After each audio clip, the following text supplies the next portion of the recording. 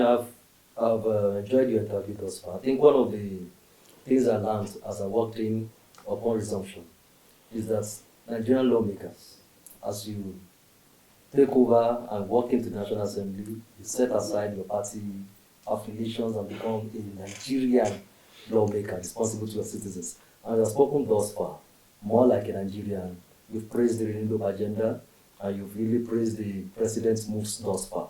So it takes us to the next question saying, how has your experience been? How would you assess the 10th Assembly under Right Honorable Speaker Abbas PhD?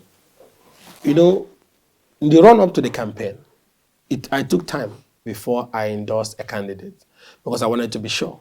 And what was one of the driving reasons why I settled for Abbas and Benjamin Kalu? I looked at their legislative competence. I looked at their attendance to sessions. That is, a lawmaker that does not have passion to come to sitting have a problem because he's turning more into a businessman because you are a representative. And how can you effectively represent? You must sit down in that chamber because if you're not there, at times, late in the evening, some bills or motions can come up surprisingly. So how do you represent your people's interests when you are there every day? Yes, I agree there will be times you go for oversight. But 60% of your time, you must be able to sit in the chamber to observe proceedings and make contribution and defend the interests of your people and the interests of the country. I looked at their participation in proceedings, very wonderful. I looked at their motions, very wonderful. I looked at their bills, one of the best. He has the highest number and the highest sign into law. And then I looked at their relationship with other people from different parts of the country, their accommodating spirit, their consensus building spirit, their ability to listen to all sides, very fantastic. And I look at the educational qualification, teacher, banker, and so on and so forth, lawyer, and all this stuff.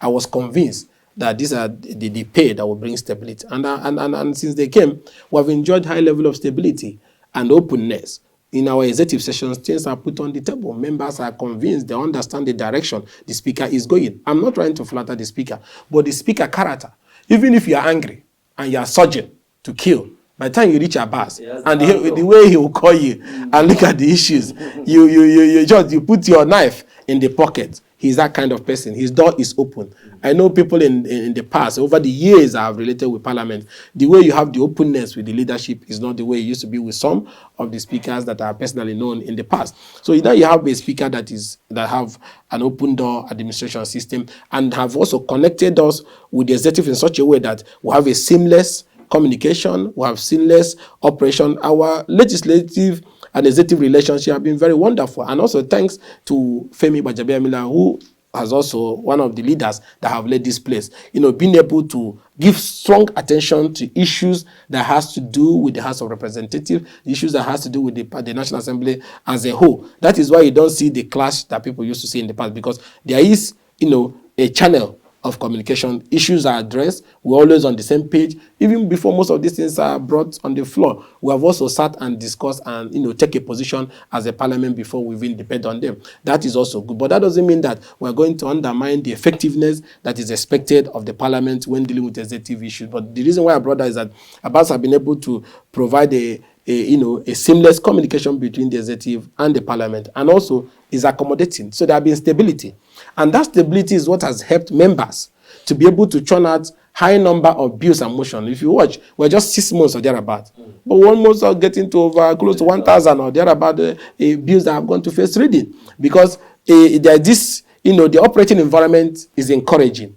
Even when we came on board, resettling was not difficult for us. Members resettled, allowances were paid on time, and members were given most of the needed tools for them to drive the process. And I also have this confidence that issues that has to relate with our constituents and their welfare is also, we have been promised that it will be taken care of. That means we can be able to ensure that the promises we made to our people in our constituency before coming will definitely be fulfilled under the Abbas leadership, that we all have confidence. So in terms of the performance of the 10th House of Representatives, I give it a good pass mark. Already we're not up to 6 months or thereabout. We've started having sectorial debate. Today, we have sectorial debate that has to deal with the security chiefs, because this leadership understand that the provision of Section 14 of the Constitution, that the primary responsibility of government is protection of lives and property. And that is why the government, the parliament leadership started the sectoral debate with the security agencies. We're going to move to other sectors. So we've started engaging, we've started having robust debates that are aimed at ensuring efficiency and effectiveness among all the agencies of government. And you can also see what we have done in terms of the palliatives that is coming up from government, which we strongly believe that the government will not allow it to be abused like it is in the past. We have that confidence. This is the first time the president is about to do that. It has been something that the past government have done, which most Nigerians are not pleased with. But we strongly believe that this one will be well managed. And also, you have seen the level of, how will I put it, engagement, involvement, accommodation of members in the issue of committee, which also creates an opportunity for effective oversight.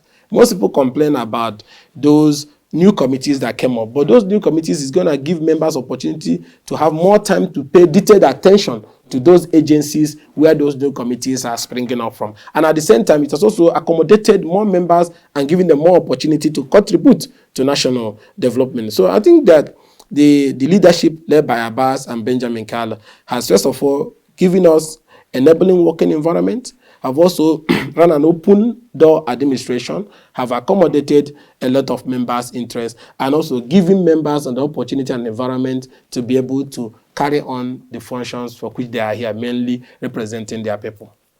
Thank you, Right Honorable Ikenga Ugochinyere, member representing Idiato Federal Constituency in the State.